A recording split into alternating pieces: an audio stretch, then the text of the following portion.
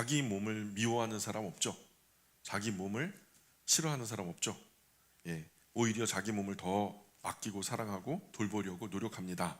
마치 구주 예수님께서 자신의 몸인 교회를 돌보려고 노력하시는 것처럼 우리는 구주 예수님의 한 몸에 붙어 있는 각 지체라는 이 의식을 잊어서는 안 됩니다. 이걸 쉽게 졸여서 뭐라고 말하냐면 지체의식. 따라해 볼까요? 지체의식. 지체의식. 너와 나는 하나다라는 거죠. 한 몸에 붙어 있는 각기 다른 기능을 하는 지체들이다. 성별도 다르고 나이도 다르고 고향도 다르고 성격도 다르고 이름도 다르고 모든 게 달라도 우리는 하나다. 구주 예수님의 몸 안에서 우리는 하나다. 지체의식. 우리가 이런 지체의식이 우리 교회 공동체 안에 있어야 할 중요한 의식이라는 겁니다. 31절 계속 읽습니다. 시작. 그러므로 사람이 부모를 떠나 그의 아내와 합하여 그 둘이 한 육체가 될지니. 이 땅의 이야기로 하나님 나라 이야기를 설명해 주고 있죠. 이 땅에 있는 이 부부의 이야기를 가지고 하나님의 나라 이야기를 자꾸만 비유로 설명해요. 우리가 쉽게 비유나 유비 이런 식으로 생각할 수 있지만 사실은 이거는 성경에만 나타난 아주 독특한 기술이에요. 이 땅의 것으로 하나님의 나라의 것을 이야기하는데 아날로기라고 해요. 아날로기 또는 타이폴로지 뭐 이런 얘기가 있는데 흔히 말하는 비유하고는 또 달라요. 다르지만 비슷한 면도 있고요. 이 땅의 것으로 천국의 것들을 어느 정도 설명은 할 수 있는 거죠. 하나님 나라 진리가 이 땅의 삶과 어느 정도 결이 같은 부분이 있어요. 마치 이와 같다. 천국은 마치 이와 같다라고 말씀하시는 게 이게 아날로기거든요. 그래서 물론 천국의 그 완전한 만족과 큰 기쁨에 비교할 수는 없어요. 그러나 구조적으로 비슷한 맥락이 있다. 오늘 말씀처럼 가정의 삶을 통해서 하나님 나라를 배울 수 있다. 하나님과 이스라엘, 구약에서는 그렇죠. 여호와 하나님과 이스라엘 관계 속에서, 그리고 구주 예수님과 교회의 관계 속에서, 그리고 남편과 아내의 관계 속에서 이런 아날로기가 있다는 거예요. 그래서 창세기 2장에 인류에게 명령하신 명령이 사람은 그 부모를 떠나 그 아내와 연합하여 그 둘이 한 육체가 될지어다 이렇게 명령하셨어요. 그러니까 결혼하라는 얘기죠. 부모를 떠나 독립하라는 얘기예요. 늘 말씀드리지만 결혼은 세 가지 독립을 말해요. 환경적으로 독립하고, 경제적으로 독립하고, 신앙적으로 독립해야 진정한 독립이다. 저는 그렇게 생각해요. 이런 독립을 그 부모님을 떠나서 배우자를 만나서 그렇게 한 가정, 새로운 둥지를 틀고 새로운 가정을 이루는 것을 성경은 말하고 있다는 거예요. 이게 창조의 원리예요. 자, 그래서 32절 계속 읽어볼까요? 시작. 이 비밀이 크도다. 나는 그리스도와 교회에 대하여 말하노라. 자, 오늘 이 큰 비밀에 관한 이야기를 할 건데요. 지금 바울이 아내들아 또는 남편들아 얘기했죠. 근데 단지 부부 사이만 두고 하는 말이 아니라는 거예요. 본질은 진짜 하고 싶어 하는 말은 뭐냐? 구주 예수님과 교회의 관계다. 진짜 하고 싶은 말은 뭐다? 부부 이야기가 아니라 구주 예수님과 교회 이야기다. 그게 더 주요하다라고 하는 거예요. 구주 예수님과 교회를 말하고 있지만 또한 아내와 남편 이야기도 얹어내고 있는 거죠. 그래서 여기서 나는 그리스도와 교회에 대하여 말하노라. 부부 이야기 해놓고서는 지금 그리스도와 교회에 대하여 말하노라 이렇게 얘기하고 있잖아요. 33절 같이 읽습니다. 시작. 그러나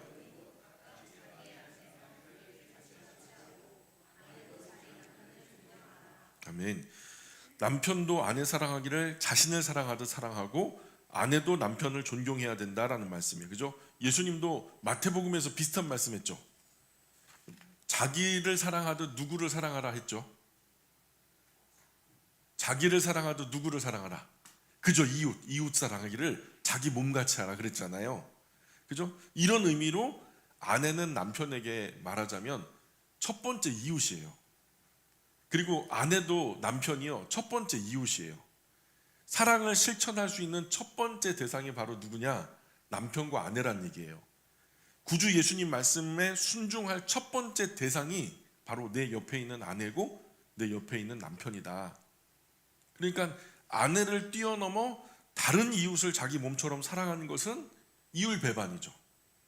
또 남편을 뛰어넘어 다른 이웃을 자기 몸처럼 사랑하는 것도 참 웃기는 이야기죠.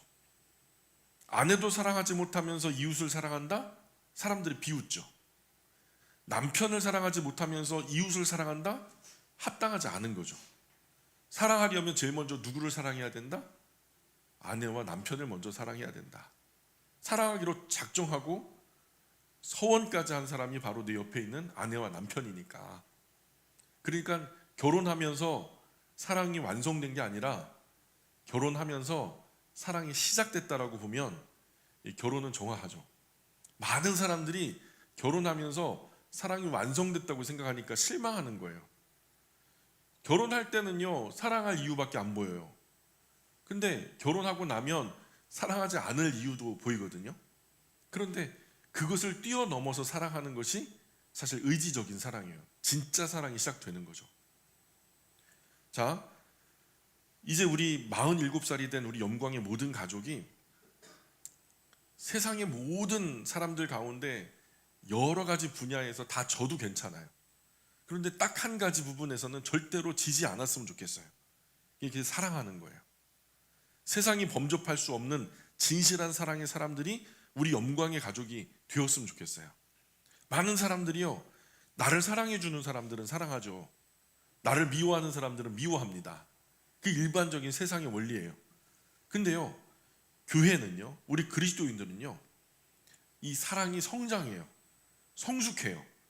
그래서 나를 사랑하는 사람은 물론 사랑하고요, 나를 미워하는 사람도 사랑할 수 있어야 진짜 사랑의 기술자죠. 그죠? 나를 미워하는 사람도 사랑할 수 있어야 기술자죠. 그래서 바울처럼 동포도 사랑하죠. 자기를 막 못되게 굴고 막 뒤에서 못된 짓 하고 하는 동포들도 사랑하잖아요. 그래서 자기가 하는 일들이 동포를 위한 일인데도 동포들은 자꾸만 나를 갖다 해코지하고 어렵게 하거든요. 근데 그런 동포까지도 바울은 사랑할 수 있었어요. 나아가 예수님은 어디까지 사랑하죠? 원수까지도 사랑하죠. 나를 죽이는 사람을 위해서 기도해 줄 수 있는 원수를 사랑하는 사랑이 바로 예수님의 위대한 사랑이죠. 사랑은 자라나요. 성숙하고요. 그래서 위대한 사랑의 사람으로 자라나는 것이 예수 그리스도께까지 자라난다라고 성경이 표현하는 이 사랑의 지평이라는 거죠.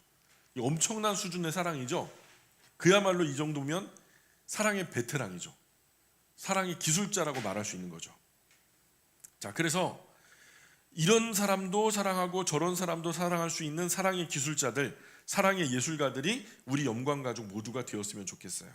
예, 그렇게 될 수 있기를 구주 예수님의 이름으로 축복합니다. 예, 부부 이야기 한번 해볼게요.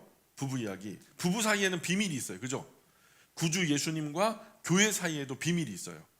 그 사랑을 나누고 받은 자 외에는 아무도 알 수 없는 특별한 비밀이죠.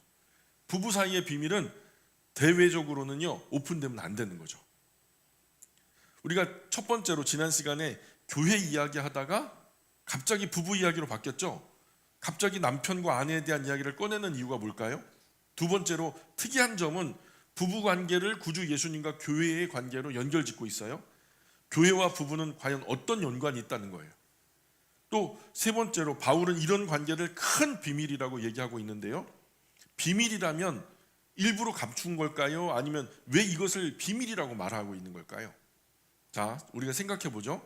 구주 예수님과 교회, 부부의 공통점이 공통점이나 연관성을 한번 우리가 생각해 보자요. 22절에서 25절은 구주 예수님과 교회 그리고 부부를 연결지어 말씀하고 있죠. 22절 한번 잠깐 다시 돌아가 볼까요? 22절부터 25절까지 우리 같이 한 목소리로 합독해 보겠습니다. 시작. 이는 남편이 아내의 머리됨이 그리스도께서 교회의 머리됨과 같으니 그가 바로 몸의 군주시니라. 그러므로 교회가 그리스도에게 하듯 아내들도 범사에 자기 남편에게 복종할지니라. 남편들아, 아내 사랑하기를 그리스도께서 교회를 사랑하시고 그 교회를 위하여 자신을 주심같이 하라. 아멘. 이상하지 않아요? 아내는 남편에게 주님께 복종하듯 하라고 해요. 가정의 질서를 위해서 남편의 권위와 위신을 어느 정도는 세워줄 수 있어요. 하지만 예수님 대하듯이 모든 것에 복종하라 이런 말은 좀 너무 일방적이죠. 그죠? 우리 남편이 예수님은 아니잖아요. 그죠? 요즘 아내들이 이런 말을 전적으로 수용할 수 있을까요? 예?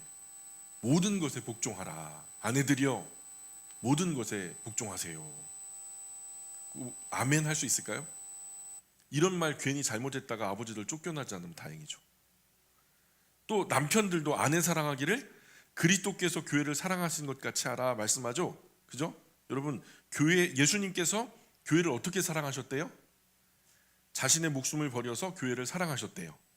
이 엄청난 사랑을 남편들이 아내를 향해서 실천할 수 있겠어요? 예? 실천할 수 있겠냔 말이에요. 한마디로 예수님처럼 사랑할 수 있는 남편이 존재하기나 할까요? 그저 자기 귀찮아가지고 양말도 거꾸로 벗어놓는 양반들이 그죠? 그저 리모컨도 찾고 막 뭣도 찾고 물 한 컵도 떠오라 하고 말이야. 그죠? 근데 그런 남편들이요, 우리 주님 예수님처럼 사랑할 수 있는 그런 남편이 존재하기나 할까요? 남편들 입장에서 너무 무리한 요구 아닌가요? 사실 자기 아내 사랑하지 않는 남편이 어디 있겠어요? 정도 차이는 있겠지만 최선 다해서 사랑합니다. 또 사랑하고 있어요. 그런데 예수님처럼 사랑하는 것은 누구라도 어려운 일이죠.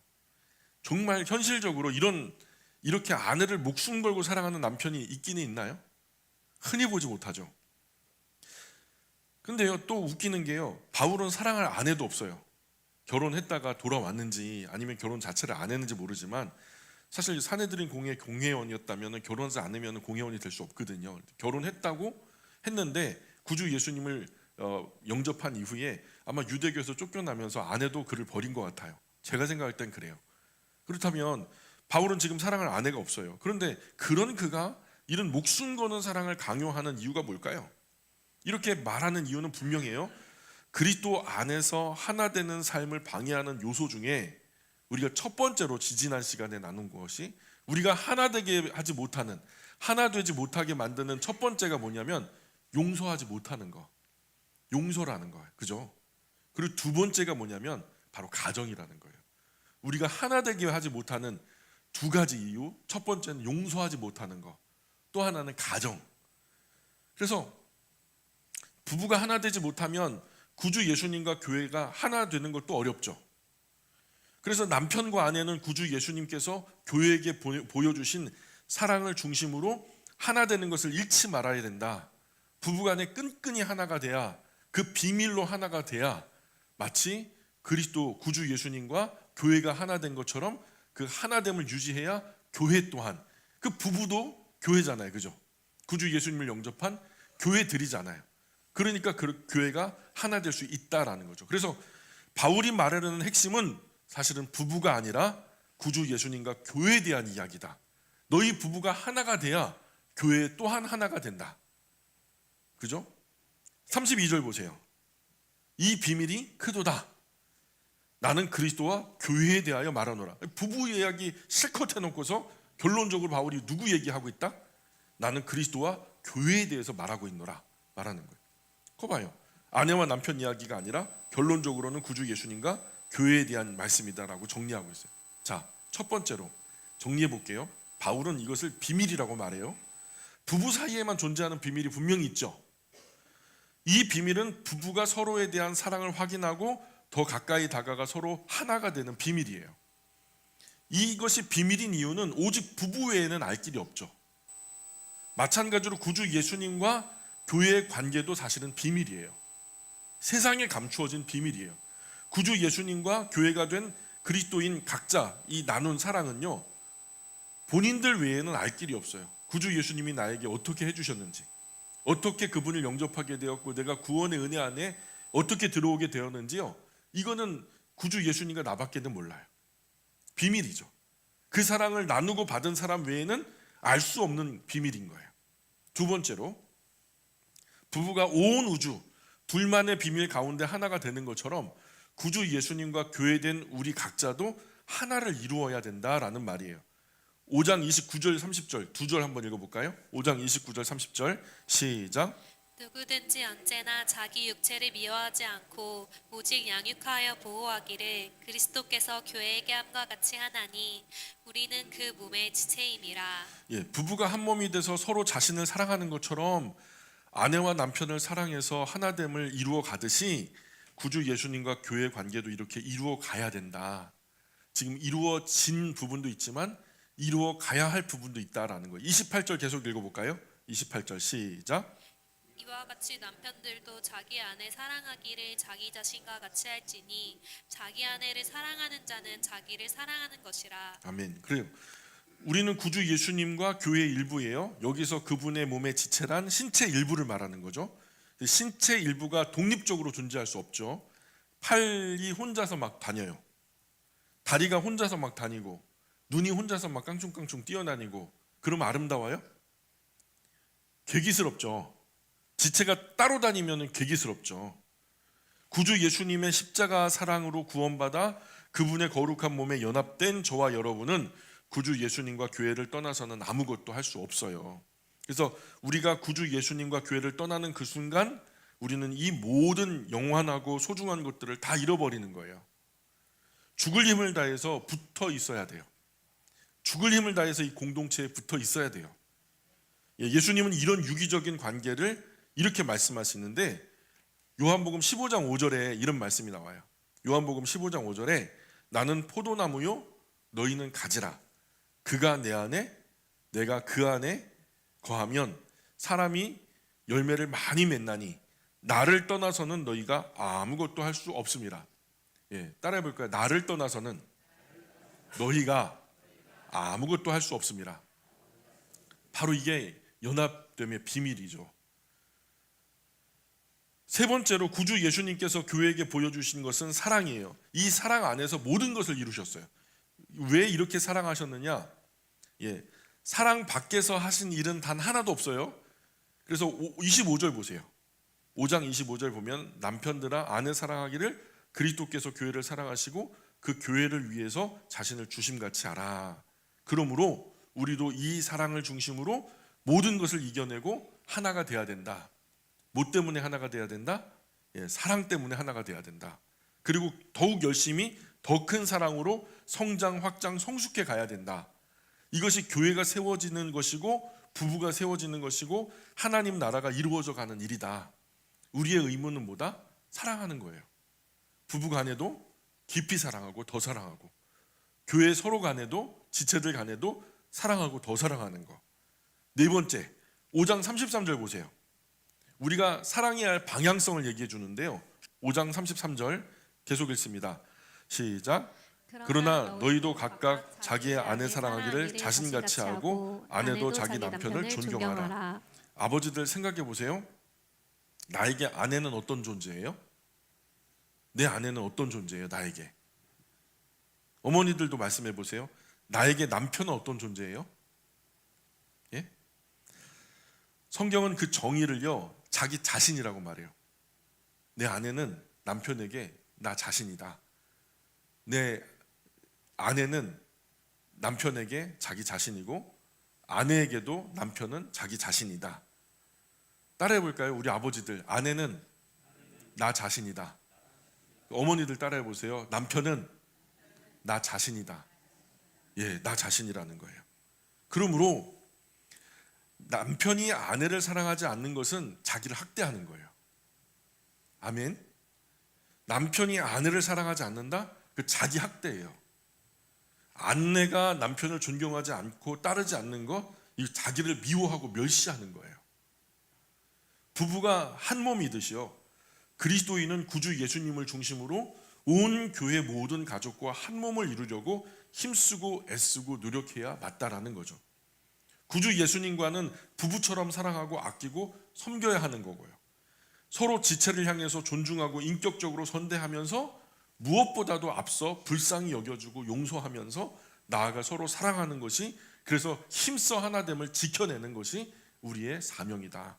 우리를 부르신 아버지 하나님을 가장 기쁘게 해드리는 모습은 이런 이 어려운 세상 속에 힘써 그리스도의 몸을 지켜내는 것, 하나됨을 지켜내는 것이다. 그래서 오늘 세상에 많은 교회들이 어려움을 겪고 있죠. 위기를 겪고 있어요. 위기를 겪고 있는 교회들 빠짐없이 한번 찾아보세요. 그 교회의 원인이 어디 있냐면 하나 되지 못하는 데서 위기가 찾아와요. 틀림없어요. 더 큰 문제는 교회의 위기를 나의 위기로 받아들이는 그런 그리스도인이 많지 않다는 거예요. 교회는 지금 엄청난 위기에 봉착해 있어요. 교회는 엄청난 위기에 봉착되어 있는데 이 위기가 내 위기가 아닌 거예요. 나는 그 교회 그리스도인인데도 그 교회에 연합되어진 지체인데도 불구하고 나는 이것이 그렇게 심각하게 여겨지지 않는다는 게 문제인 거예요. 교회와 나는 별개라고 생각하는 거예요. 우리 교회의 경우는 아니지만 목회 데이터 연구소라고 하는 공동체가 있어요. 그리스도의 그 교회 관련된 통계를 많이 내는 교회인데 그 공동체인데 그 통계에 의하면 많은 경우에 한국 교회 젊은 그리스도인은요 교회와 자신을 하나로 여기지 않아요. 교회와 자신을 하나의 공동체로 나를 그 안에 두지 않는다는 거예요. 교회 사정이나 문제가 자신과 연계되는 것을 꺼려해요. 부담스러워해요. 교회의 사정이 내 사정이 되기를 원치 않는다는 거예요. 교회의 사정이 내 사정이 되면 좀 부담스러워진다는 거죠. 나아가 교회에 관심 자체가 없어요. 교회는요 특정한 사람이 움직이는 곳이라 중직자들 몇 사람, 헌신된 스태프들 몇 사람들이 그냥 다 좌지우지하는 걸로 그냥 여겨버리고 자신은 그냥 예배당 마당 밟고 다니는 걸로 간주해버리는. 교회가 자신에게 부담 지우는 일이 있을까 일부러 일정한 거리를 두고 멀리하는 사람도 있어요. 교회가 이 영역 안으로 들어오면 나 부담스러워서 이 교회 못 다니겠다. 그러다가 교회 안에 작고 큰 문제가 터지면 결국에는요 이 부담스러운 문제 내가 떠안을 이유가 뭐가 있냐. 이게 이 교회로 뛰어가고 저 교회로 흩어져 버리고요. 부둥켜 안고 기도하고 일으켜 다시 세우고 견디고 버티고 애쓰고 힘쓰고 몸부림치며 회복하려고 하는 그런 마음이 전혀 없다라는 거죠. 만약에 이런 일이 말입니다 나의 가정 안에서 우리 부부 사이에서 일어난다면 어떻게 될까요? 그래도 관심 없이 내 문제가 아니라 방관할 수 있을까요? 자신을 내어주고 사신 이 교회가 이런 취급을 받는 것을 예수님 어떻게 생각하실까요? 생각해 보셨어요? 그러니 우리는 적극적으로 하나 되기 위해서 힘쓰고 애쓰고 노력해야 되는 게 맞는 거예요. 마치 부부가 매일 사랑을 나누면서 가정을 지속하듯이 우리는 구주 예수님의 몸된 교회를 향해서 올바른 태도를 가져야 돼요. 올바른 태도를 가져야 된다고요. 문제 터지면 튈 생각하지 말고 문제가 터지면 끌어안을 생각을 하라고요. 그게 한 몸이에요. 3가지만 말씀드릴게요. 첫 번째, 예수님처럼 사랑해야 돼요. 따라합시다. 예수님처럼 사랑해야 합니다. 25절에 뭐라 그래요? 남편들아 아내 사랑하기를 그리스도께서 교회를 사랑하시고 그 교회를 위해서 자신을 주심같이 하라. 예수님은요 교회를 사랑하셨어요. 예수님은 교회를 세우기 위해서 자신의 전부를 사랑한다는 이유로 내어주셨단 말이에요. 예수님은 자신이 교회를 얼마나 사랑하셨는지 온몸으로 보여주셨어요. 지금 나는 이 교회를 어떻게 사랑하고 있어요?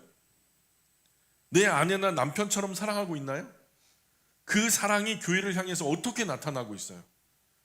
교회를 사랑하는 거죠? 교회 사랑하십니까? 사랑하기는 하는 거죠? 2번째, 교회 가족 한 사람 한 사람을 구주 예수님 대하듯 대해야 된다는. 그리스도인 한 사람 한 사람 모두 교회죠. 각 사람을 향해서 인격과 말과 행동, 마음과 생각으로 구주 예수님 대하듯 정중하지만 친밀하고 서로 존중하고 높여주는 인격적인 관계가 돼야 된다라는 거예요. 이것이 지체와 한 몸을 이루는 인격적인 신앙이라는 거예요. 나 때문에 상처받고 실족하는 사람이 이 교회에 있다면 그것은 교회를 무너뜨리는 일이죠. 우리 몸에서 신체 일부를 뜯어내는 끔찍한 일인 거예요. 우리 교회는 이런 상처로 힘들어하는 사람이 없어야 됩니다. 교회 가족 서로 간에 오해될 행동, 상처 줘서도 안 되고 받아서도 안 되죠. 약한 사람에게 약한 모습으로 다가가 줘야 돼요. 어떤 사람은 되게 약하거든요. 근데 그런 사람에게 막 사회에서 내가 생활하던 대로 강하게 다가가면요 자칫 나의 말과 행동이 상처가 될 수 있거든요. 말도 조심, 행동도 조심, 오해될 만한 일은 없어야 돼요. 강한 사람에게는 함께 약한 사람 일으킬 마음으로 협력해야 되고요. 강한 사람끼리 파당짓고 약한 사람끼리 파당짓고 그러면 안 되고, 강한 사람끼리 협력해서 약한 사람들을 일으켜줄 마음으로. 세상 가장 쉬운 것이 사람 마음 잃는 거래요. 세상 가장 어려운 것이 사람 마음 다시 얻는 거고요. 달팽이 아시죠? 달팽이요, 껍질 속으로 쏙 들어가게 하는 것은 쉬워요. 그렇게 더듬이를 갖다 손으로 쿡 누르면요 쏙 들어가 버려요. 건드리면 되는 거예요. 그런 달팽이가요 다시 나올 때까지는요 우리가 할 수 있는 게 없어요. 지가 나와야 돼요. 기다리는 것밖에 없어요. 사람 마음 얻기가 꼭 그래요. 설 건드려 가지고 달팽이 껍데기 속으로 쏙 들어가듯이 마음 연약한 사람은 애써 주었던 마음 몽땅 걷어 가지고 껍질 속으로 쏙 들어가 버리면요 언제 나올지 몰라요. 사람에 따라 달라요. 바로 나오는 수도 있지만 그게 정말 더디거든요. 그 마음 다시 얻기까지는 기다릴 수밖에 없어요. 10번 100번 잘하다가 한 번 실수해갖고 쏙 들어가 버린 순간 다시 그 껍데기 속에 나올 때까지는 기다리는 수밖에 없잖아요. 뭐 그렇다고 약한 사람도 매사에 상처받을 준비하면 안 돼요. 아예 그냥 관계를 시작하면서 상처받을 준비를 하는 분들도 있어요. 핑계할 준비, 책임 전가할 준비. 그러면 안 돼요. 누군가 오면 뾰족한 말과 행동으로 상처 줘서도 안 돼요. 강해져야죠. 내가 그 부분이 약하다고 하면 약한 채로 있으면 안 되고 강해져야죠. 한 몸이기 때문에 서로 조심하고 존중하고 격려하고 위로하고 보듬고 세워줘야죠. 한 몸이니까. 사람이 자기 자신의 일에는 한없이 약하거든요. 마찬가지로 교회도 지체의 일은요 자기 자신의 일과 마찬가지니까 나의 약점을 보듬듯이 어려운 형제, 어려운 자매의 일들은 마음에 묻어야 할 일들이 참 많아요. 하고 싶은 말이 있는데 참아야 하고, 그죠? 그게 정말 힘들거든요. 그래서 이런 사람에게는 큰 상급이 있어요. 힘든 거는요 다 상급이 있어요. 교회 안에서 일을 하다가요 마음이 상하고, 그러나 나도 그냥 나는 성질이 없어요. 나는 그 배알이 없어요. 그죠? 나도 그냥 한번 그냥 쏟아붓고 싶고 막 그런 게 왜 없어요.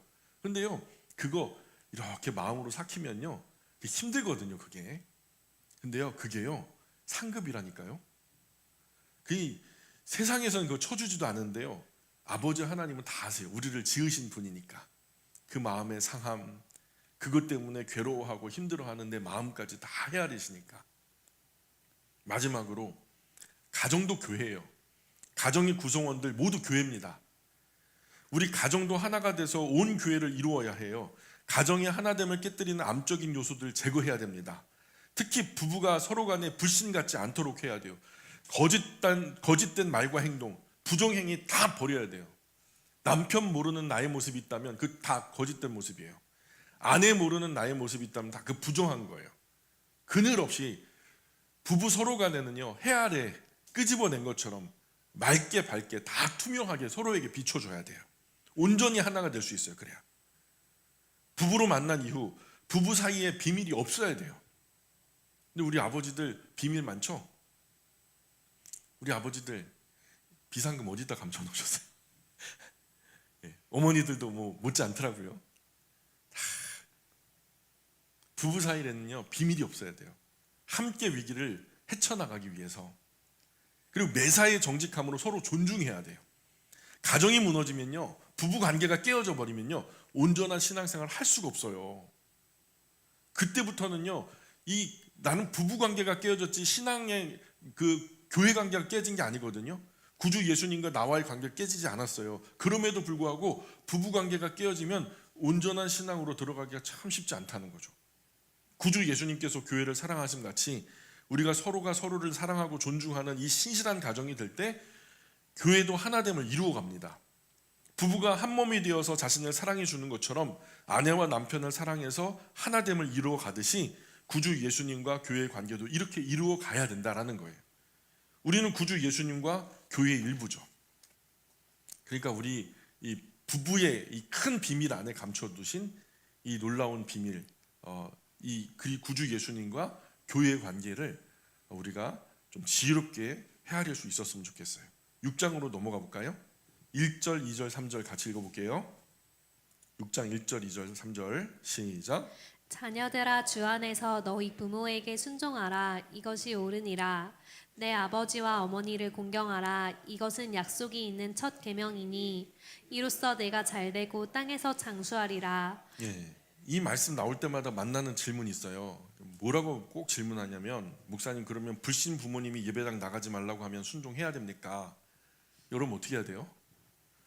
불신 부모님이 너 예배당 가냐? 너 가지 말아라. 이렇게 하면은 부모님 말씀에 뭐 순종해야 되니까, 공경해야 되니까 이거 말씀 들어야 됩니까? 그래서 여기 단서가 붙잖아요. 주 안에서라고. 그렇죠? 그렇죠?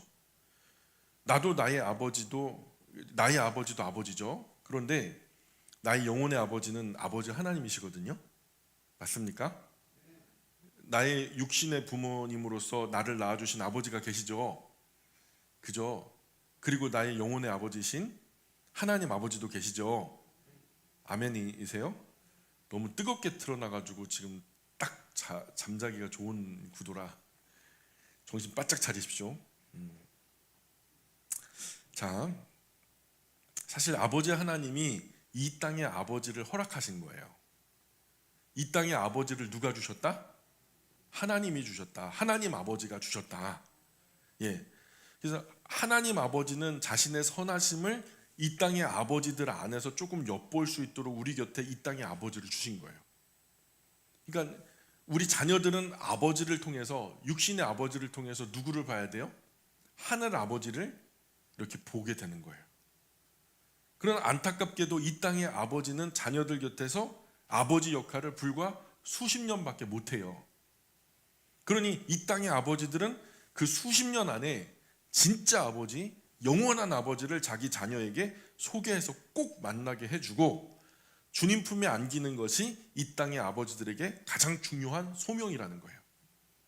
자, 20, 30년 밖에, 불과 몇십 년밖에 내가 아버지 역할 못한다면 그러면 그거는 임시 아버지예요? 진짜 아버지예요? 임시 아버지예요. 영원히 아버지가 진짜 아버지죠. 임시 아버지로 역할하는 그 기간 동안에, 그리고 나중에 우리가 죽어 주님의 품에 안기면은 그때는 어떻게 돼요? 예수님이 말씀하시길 뭐라 그래요? 너희가 하나님 나라를 알지 못해서 크게 오해하는구나. 그 나라에 가면은 시집도 가지 아니하고 장가도 가지 아니한다. 거기서는 우리 엄마 아빠 아니에요. 내 아내 내 남편 아니라고요. 천사들처럼 독립적인 개체예요. 온전히 자유로운 하나의 인격인 거예요. 그러니까 아버지 역할을 할 수 있는 시간이 얼마 남지 않았어요. 어머니 역할을 할 수 있는 시간이 얼마 남지 않았다고요. 이거는 시간이 제한이 있어요. 그러니까 임시 직무예요. 그러니까 임시로서 우리가 아버지 역할을 하는 동안에 10가지 다 해줄 수 있죠. 자녀들에게 뭐 교육도 해주고 뭐 여러 가지 막 다 뭐 뒤도 봐주고 막 해줄 수 있죠. 근데 그 10가지 다 잘라내고 유일하게 한 가지, 절대로 이거는 꼭 해줘야 된다라고 하는 한 가지, 그 한 가지가 있다면 바로 뭐냐? 임시 아버지를 넘어서서 진짜 아버지하고 연결해줘야 된다. 예. 영원한 아버지를 나의 자녀에게 소개해서 꼭 만나게 해주고 주님 품에 안기는 것이 이 땅 아버지, 이 땅 어머니들의 가장 중요한 소명인 거죠. 만나게 했는데 거절하면 할 수 없고요. 인격인지라 강제할 수 없으니까 만나게 해줬는데 아니라고 막 뭐 발버둥 치는데 어떡하겠어요. 할 수 있는 데까지 최선을 다해서 선하신 하나님 아버지를 우리 자녀와 연결짓는 일에 기회가 닿는 한 최선을 다해야 된다는 말이죠. 자, 여기 불과 수십 년 나의 아버지로 봉사할 분이 계세요. 자, 내 아버지로서 봉사할 분, 저에게는 이형용 아버지가 계셔요. 그죠? 그리고 그런데 지금 이후로 영원히 나의 아버지가 되시는 하나님 아버지가 되시죠. 두 분 아버지가 나에게 말씀하세요. 두 분 아버지의 명령이 같은 맥락일 때는 문제가 없어요. 착하게 살아라, 거짓말하지 말아라, 덕스럽게 살아라, 뭐 이런 문제가 없어요. 순종하면 되니까. 그런데요, 두 분 아버지의 명령이 각각 방향이 달라져 버리면 그때는 문제가 되는 거예요. 한 분은 야, 너 신앙생활 하지 말어. 우리는 전통적으로 말이야, 우린 유교 집안이야. 막 그러면요. 근데 다른 한 분은요. 열심히 신앙생활 해라. 그러면은 어떤 아버지의 명령에 순종해야 맞는 걸까요? 예? 임시 아버지예요, 진짜 아버지예요? 그렇죠. 더 큰 아버지 말씀을 듣는 거예요. 더 영원한 아버지. 이 땅의 아버지를 있게 하신 하늘 아버지 말씀에 순종하는 것이 옳은 거죠. 아주 쉬운 원리예요. 그러니 구주 예수님 믿는 것 때려치우라는 그런 부모님 말씀에 순종하는 것은 안 될 일이다. 여러분, 성경에서 아무리 부모님께 순종하라 말씀해도요, 신앙 팔아먹는 것까지 순종하라는 것은 아니거든요. 그것은 더 큰 부모님을 거역하는 거예요. 그래서 성경은 주 안에서 순종하라 이렇게 말합니다. 주 안에서 순종하라. 구주 예수님 믿는 믿음 안에서 이 땅의 부모님께 순종하라. 이것이 옳다. 6장 2절 3절. 6장 2절 3절 시작. 내 아버지와 어머니를 공경하라. 이것은 약속이 있는 첫 계명이니 이로써 내가 잘되고 땅에서 장수하리라. 예, 성경에 나타난 하나님 약속이에요. 그 자체로 10계명에 그냥 5계명이에요. 아예 못 박아놨어요. 약속 있는 첫 번째 계명이다. 이거 지키면은 약속된 복을 받는다. 그 말이에요.